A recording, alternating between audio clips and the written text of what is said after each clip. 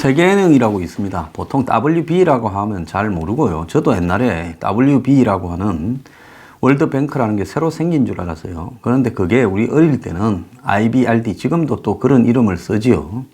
그래서 국제개발부원회의라고 해서 제3국가, 그러니까 개발도상국, 이런 저개발국의 저리로 그 저개발국의 경제를 살리거나 또 환경이나 각종 복지 등을 위해서 투자를 해주는 그런 국제기구입니다.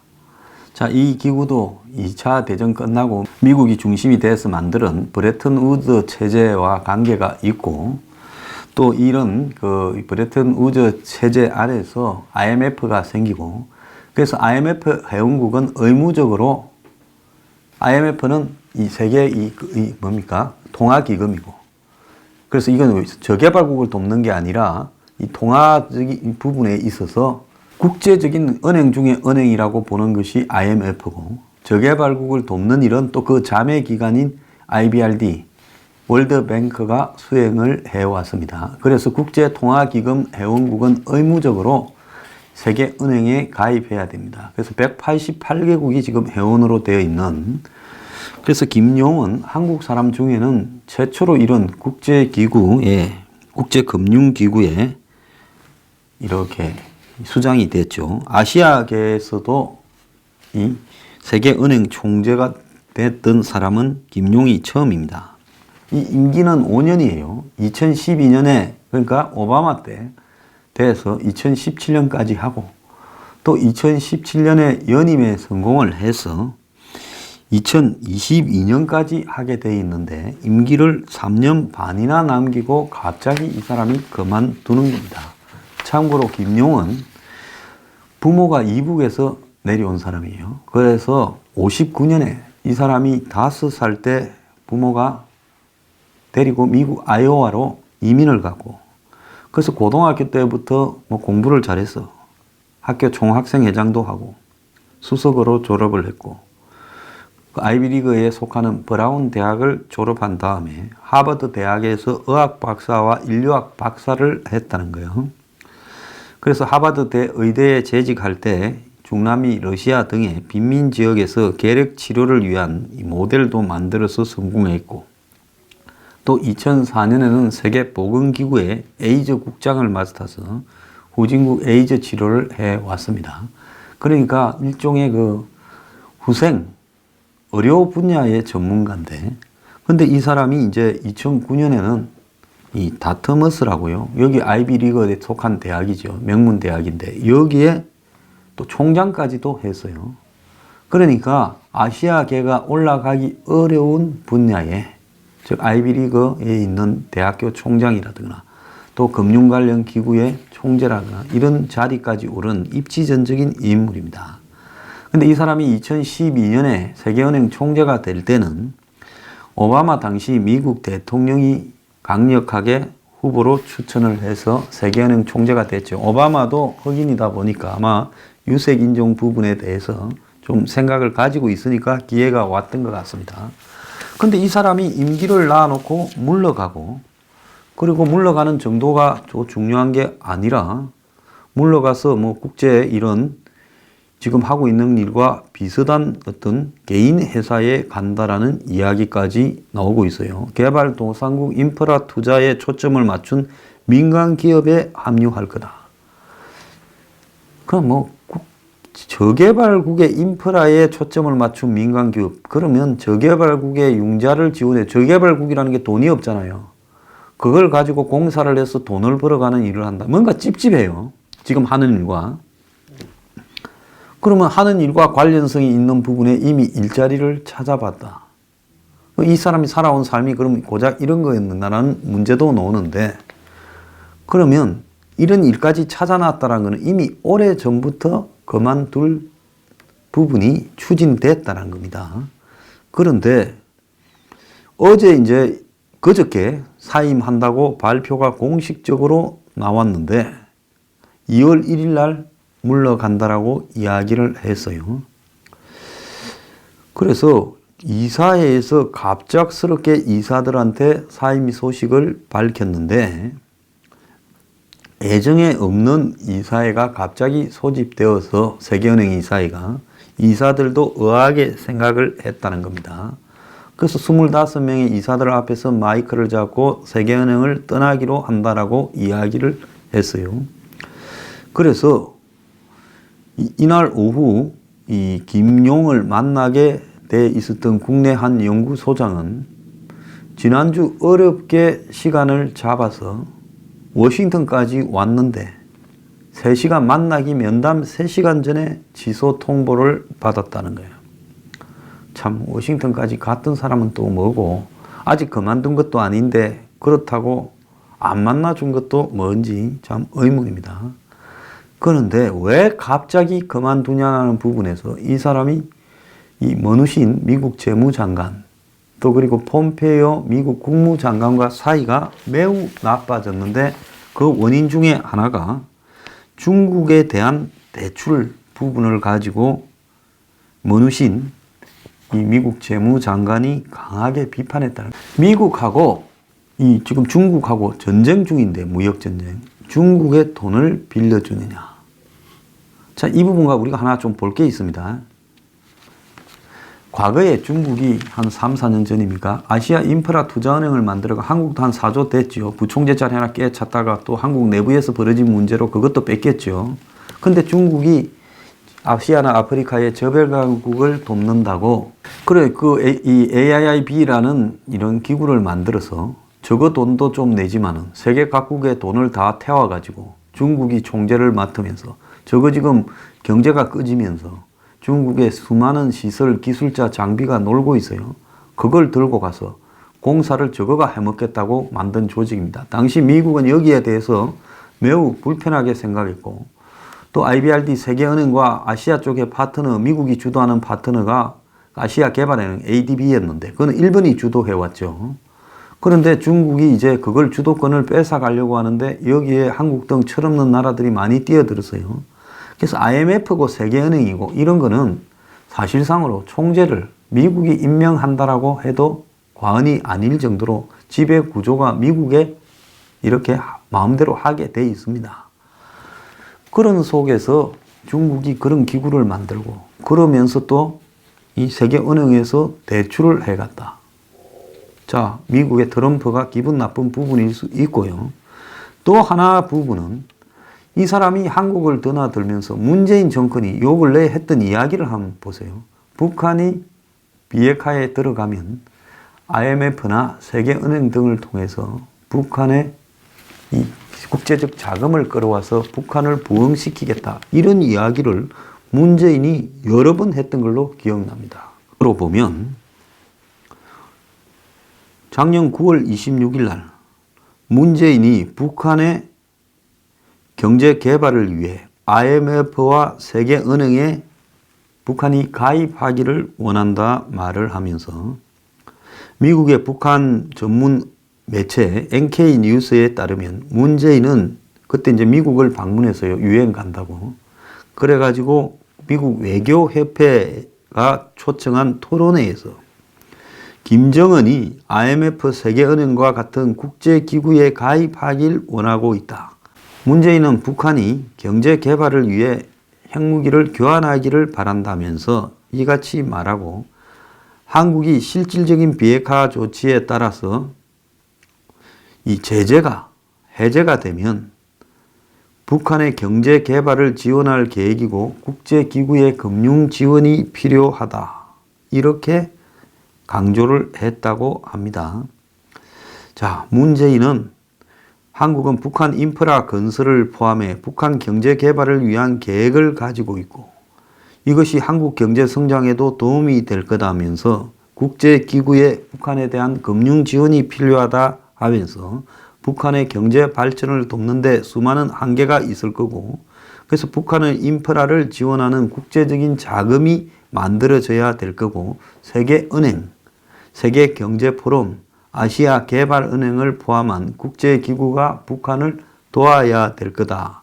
이렇게 말을 하고 나는 북한이 IMF와 세계은행 같은 여러 국제조직에 가입해서 계획 개방에 나설 의지가 있다라는 것을 확인했다라면서 북한이 이런 기구의 도움을 기꺼이 받아들일 거다라고 이야기를 했고, 이것이 한국과 미국 기업한테 기회를 제공할 거다, 이런 이야기까지 했습니다. 자, 그러면서 또 지난 5월 달에도 작년 김동연 기재부 당시 장관이 한국이 유럽 이렇게 부흥개발은행을 포함한 국제 이런 류의 금융기구로부터 자금과 지원을 받을 방법을 찾고 있다라고 이야기를 했어요. 자, 이걸 보면 그냥 이런 말을 한 게 아니라 문재인이 김용을 만나가지고, 김용이 한국에 왔을 때 만났지요. 그래서 이런 부분을 깊숙하게 이야기를 했고, 김용 또한 자기의 역할을 이런 쪽에다가 이야기를 해서 이런 부분이 미국의 정부에서 봤을 때는 미국이 주도하는 국제기구에 미국 대리인격인 김용이 총재로 앉아 있으면서 한국 정부가 비핵화는 하지 않는 북한에 자꾸 뭘 퍼주려는데 그렇게 하면 되냐, 이런 불만을 가졌어요. 그런데 아까 김동연 총리가 북한에 대한 국제부흥은행 등의 지원이 있어야 된다라고 말을 하기 전날인 작년 이 5월 25일 문재인이 김용 총재와 청와대에서 만났습니다. 자, 그래서 이 국제통화기금, 세계무역기구와 함께 3대 경제기구로 꼽히는 이 세계은행 총재를 만나서 이야기를 나눴는데요. 그때 뭘 때문에 김용이 왔는가 하면 아프리카 개발은행 연차 총회인데 부산에서 5월 21일부터 5월 25일까지 한국 정부와 아프리카 개발은행이 공동으로 아프리카 개발은행 연차 총회 행사를 아프리카 산업화 촉진이라는 주제로 했던 겁니다. 그럼 김용이 당연히 왔겠지요. 자, 온 김에 문재인을 만났는데 그 자리에서 문재인은 한국이 아프리카의 경제 개발에 대해 적극적으로 기여할 뜻이 있다. 저거 나라 경제나 제대로 하라 그러지. 그러면서 김용 총재께서 강조하신 사람에 대한 투자, 이 부분에 대해서 한국의 경험을 공유하면서 적극적으로 협력하겠다 했고, 김용도 이 지금 세계은행의 역할 확대하려고 하는 이런 노력에 대해 문재인이 칭찬한 데 대해서 공감을 표시하며 한국이 하는 일에 대해서 자기가 적극 지지하겠다, 이렇게 말을 했습니다. 그러면서 김용이 세계은행 한국 사무소를 여는데 문재인이 적극적으로 도움을 준 데 대해서도 고맙게 생각한다, 이렇게 말을 했습니다. 자, 그래서 이 두 사람이 만나는 과정에서 북한 문제에 대한 구체적인 이야기는 밖으로 잘 나오지 않았는데, 그런데 이 사람을 만나고 난 이후부터 문재인의 입에서 북한에 대한 세계은행 이런 등의 자금을 유치한다라는 부분이 아까 제가 말씀드린 대로 여러 번 나왔어요. 그래서 저도 좀 의아스럽게 생각한 게, 이런 국제기구가 다 미국의 영향력을 받고 있는데 어떻게 이런 말을 함부로 떠들고 다니냐. 그러니까 김용이 문재인 만나서 둘이 북한 이야기 했다 하면 자기가 어려워지니까 미국은 북한에 대해서 계속 비핵화할 때까지는 압박을 해야 되는데 지금 그런 소리 할 때가 아니다라고 이야기를 하지 않겠습니까? 그러니까 둘이 비공개로 그런 이야기를 나누고 그 이후부터 당장 그 다음 날부터 김동연이 떠들고 이제 문재인도 미국 가서 이 이야기까지 했습니다. 그러니까 미국에서는 저게 김용희가 저 한국 사람인데 또 한국에 가서 문재인 만나더니만 뭔 소리를 했겠구만, 이렇게 생각하게 되는 거죠.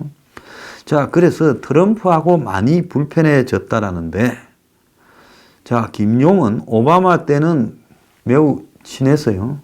또 클린턴하고도 친했고요. 그런데 트럼프가 볼 때는 김용이 미국의 민주당 성향의 인사라는 겁니다. 한국도 지금 정권이 바뀌면 중요한 자리에 공공기관에 다 내몰듯이 트럼프 같은 사람이 봤을 때 저거 오바마하고 친하고 클린턴하고 힐러리하고 친하던 사람이 그때 임명돼 가지고 연임까지 해 뺐다 했겠지요. 자, 그래서 트럼프는 미국은 이제 고립주의로 가야 된다. 그래 국제기구에 돈 많이 막 안 쓰겠다. 이러면서 국제기구 개혁한다면서 이러는데 지금 민주당 쪽의 인사인 김용이 세계은행 개혁을 맡기기는 부적절하다라는 이야기가 이제 나돌기 시작했고 5년마다 진행되는 세계은행의 자본을 정지하는 거. 왜? 돈을 쓸 거니까 저개발국에. 물론 회수도 하고 이자도 저리로 받겠지만 떼이는 돈도 많을 거 아니에요. 그러니까 계속 이 회원국들이 얼마씩 정자 의무가 있어요. 미국이 제일 많이 내죠. 그래서 여기에도 지금 이 작업이 벌써 작년에 끝나버렸다는 겁니다. 그래서 트럼프가 예산으로서도 어떻게 하기 어려웠는데 그런데 지금 아까 말한 대로 미국이 중국에 대한 문제로 김용에 대해서 좀 못마땅하게 생각했고 또 한국 언론들은 잘 보도하고 있지는 않지만은 결국은 지금 IMF, 세계은행 등의 자본을 가지고 북한을 개발한다라는 부분도 매우 좋지 않은 이런 시각을 트럼프 정부의 핵심들한테 준 거 아니냐 이렇게 알려지고 있었어요. 근데 김용도 나름 살아남으려고 트럼프 딸 이방카 백악관 고문 이 아이디어를 낸 여성 기업인의 10억 달러 지원 프로젝트를 적극적으로 하겠다 하면서 이 트럼프 쪽에 꼬리도 좀 치고 했던 것 같아요. 그런데 막상 트럼프는 개도국 지원에 시큰둥하거나 부정적이었고 또 최근에는 미국이 이제 바짝 좋으니까 긴축 재정과 직원 구조 조정에 나서면서 내부적으로도 문제가 있었다고도 전해져요. 미국은 세계은행 총재 선출에 최대 지분을 보유하고 있고 이런 거는 나라별로 한 표가 아니라 얼마를 냈는가에 따라서 돈에 따라서 지분을 보유하고 그 지분만큼의 의결권을 가지고 있어요. IMF도 마찬가지예요. 그래서 전통적으로 세계은행 총재는 미국 행정부가 선택한 미국인이 해왔습니다. 근데 들리는 이야기로는 중국은 미국이 봤을 때 이 세계은행의 대출 국가가 아닌데 여기에 대한 대출이 좀 많아서 미국이 그걸 줄이라고 트럼프가 요구를 해서 그걸 갖다가 줄이기도 했다라는 이야기도 있습니다. 그리고 또 이 사람이 이 세계 기후변화에 5년간, 향후 5년간 2천억 달러를 투자하겠다는 계획을 밝혀왔는데 트럼프는 이 파리 기후협약도 탈퇴하고 산업을 정진시키기 위해서 기후 문제를 강조하는 걸 싫어하고 석탄 산업이나 세일가스를 부활시키겠다는 거죠. 그런데 이 세계은행은 석탄 프로젝트에 대한 지원도 중단을 했다는 겁니다. 그래서 월스트리트 저널에서는 머누신 재무장관이 월드뱅크에 중국에 대한 대출도 계속 비판해 왔다라는 이야기도 있었습니다. 자, 그러면서 직원 감축을 하고 구조조정을 이렇게 시도를 하다 보니 직원 15,000명이 중에 60%가 가입한 이 노조 같은 직원 단체에서 지금 저 사람이 미국 트럼프 정권 눈치를 본다고 직원을 감축하는 쪽으로 하고 있다면서 내부적으로도 좀 문제가 많았다는 겁니다. 그래서 이 세계은행을 다 마치고도 얼마든지 자기 할 걸 할 수 있는데요. 중간에 이렇게 했다는 것은 쫓겨났다는 거고 이 쫓겨난 이유 중에 가장 큰 두 가지는 하나는 이 사람이 중국에 대한 부분 그리고 또 기후에 대한 부분 저개발국에 대한 부분 등에 있어서 어지간히 비를 맞추려고 했지만은 트럼프 쪽과 잘 맞지 않았다는 거고 지금 공개되지 않고 있는 또 다른 이유 중에 하나는 이 사람이 북한 출신입니다. 최근에 이 사람의 말과 태도에서 좀 의아스러운 부분이 좀 있었어요. 처음에 세계은행 총재가 되고 난 뒤 한 1년 뒤에부터도 세계은행은 북한에 대한 경제 지원이 가능할 경우에 대비해 필요한 준비를 하고 있다 했고 또 워싱턴에서 한국, 일본 기자들을 상대로 한 간담회에서 북한 지원을 언급을 했어요. 정치적 돌파구가만 열리면 북한에 대한 신속한 경제 지원을 하도록 준비하고 있다. 북한 지원과 관련한 가용한 모든 자료를 축적해 놓고 있다. 라고 이야기까지를 했습니다. 이런 말을 수도 없이 하고 다녔어요. 6.25 때 피난민 출신의 아버지가 본인은 한국의 남한에서 태어났지만은 그래서 본인 입으로 북한에 아직도 친척들이 많이 남아 있기 때문에 개인적으로 관심이 큰 사안이다 했고, 북한이 세계은행에 가입하는 것을 전제로 세계은행은 북한을 기꺼이 도울 준비가 되어 있다. 그리고 정치적 돌파구가 열리면 한국개발원이나 한국에 있는 KDI, 다른 한국 전문가와 긴밀히 협조해서 북한을 돕겠다. 그리고 북한의 인도적 위기 상황과 주민 고통에 대해 매우 치밀하게 점검하고 있다. 그러면서 북한처럼 폐쇄된 사회가 버마처럼 개방되었을 때 투자하기 위한 준비를 하고 있다. 이렇게 말을 해왔어요.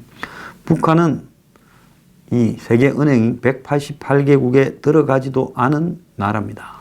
아버지가 남포, 북한의 남포 출신이라는 거예요. 그래서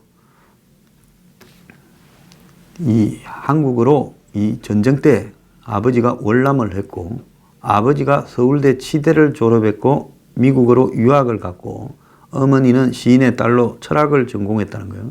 그러니까 당시로 아버지는 치과의사, 엄마는 철학도였다면 엄청나게 북한에서도 엘리트고 한국에서도 그게 있었고, 그래서 근데 이 사람이 59년에 이 미국으로 이민을 갔다 하면 당시 북한에서 내려온 사람들 중에는 남한을 못마땅하게 생각했어요.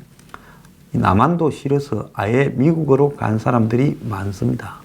지금 북한에 가는 재미교포들 중에 상당수가 북한을 마치 대단한 것처럼 생각하면서 인도적 지원이니 종교 전도니 하면서 다니는 사람 중에 상당수가 북한에서 피난 왔다가 미국으로 가서 거기서 좀 성공했다 하는 사람들이 그러고 있어요. 근데 그런 사람들 머릿속에는요, 남한이고 북한을 거의 덩거리로 바라봅니다. 그럼 피난을 왜 와요? 북한에 살지. 그러면서 오히려 북한에 대한 여러 가지 향수와 마음속에 애정을 가지고 있어요. 재미교포 분들 중에 그런 사람들 천재예요. 제가 전에도 그런 사람들을 경고를 좀 했지 않습니까? 그래서 그런 사람들이 지금 미국에서 문정권이나 이런 좌파 정권이 들어서면 북한에 대한 우호적인 부분에 앞장서면서, 심지어 어떤 사람들은 북한의 김일성 대학을 다니기도 하고 또 반한 단체를 만들기도 하고 북한에 대한 우호적인 역할을 수행하고 있는 부분을 해요. 그래서 김용을 한국에서는 마치 뭐 대단한 어떤 영웅처럼 했지만은, 저는 이 사람이 한국인으로서, 남한인으로서 정체성은 없고 남한이나 북한이나 동등하게 바라보는 시각. 그래서 일찍 그 미국으로 이민을 떠났던 피난민들 중에는, 북한 출신 피난민들 중에는 그런 시각을 가진 사람을 제가 여러 명을 봤습니다. 그러다 보니 김용이 북한을 돕는다고 떠들고 다니니까 문재인이 그걸 또 뺏겨서 떠들고, 그러다 보니 미국이 좋아하겠습니까? 그러다 보니 미국에서 여러 가지로 불편하게 생각을 하게 되고 돌연 그만두게 되는 일이 발생했다라는 겁니다. 자, 그래서요, 자, 미국에 이 방송을 듣는 교포분들도 많을 건데요, 대한민국과 북한을 덩거리에 두고, 또는 나는 북한 출신으로 대한민국을 거쳐 미국으로 이민을 갔다면서 북한에 대한 끊임없는 애정을 가지는 거, 사람은 다 투구초심이라 그랬습니다. 죽을 때가 되면 고향도 생각하고 그런 거는 이해가 가지만은요, 북한의 체제와 북한의 고향을 구분을 좀 할 필요가 있다. 자, 저런 체제가 없어져야 당신의 고향에 있는 사람들이 사람 대접을 받는 겁니다. 자, 고향에서 고생을 하는 친척이나 지인들이 있다 칩시다. 그 사람들이 누구 때문에 고생을 하고 당신들이 누구 때문에 피난을 내려왔습니까? 그런데 남한은 부정하고 북한은 무조건 우호적으로 바라보는 이런 이중적인 성격을 가지고 북한의 인권 탄압이나 저 세계적으로 몰상식한 국가를 마치 애정을 가지고 바라보는 시각은요, 그건 미국의 사회에 최고의 교포 중에서 제일 성장해서 꼭대기까지 올라간 사람이 제가 볼 때 김용이라고 봐요. 그런데 그 김용이 지금 끝을 이렇게 마치는 부분에요, 김용의 그런 시각들도 문제가 됐다라고 저는 보는 겁니다. 자, 정말 사람이요, 진짜로 지식인이 되려면 공부 많이 해서 지식인이 되는 게 아니라, 리더가 되는 게 아니라 생각이 똑발라야 된다는 겁니다.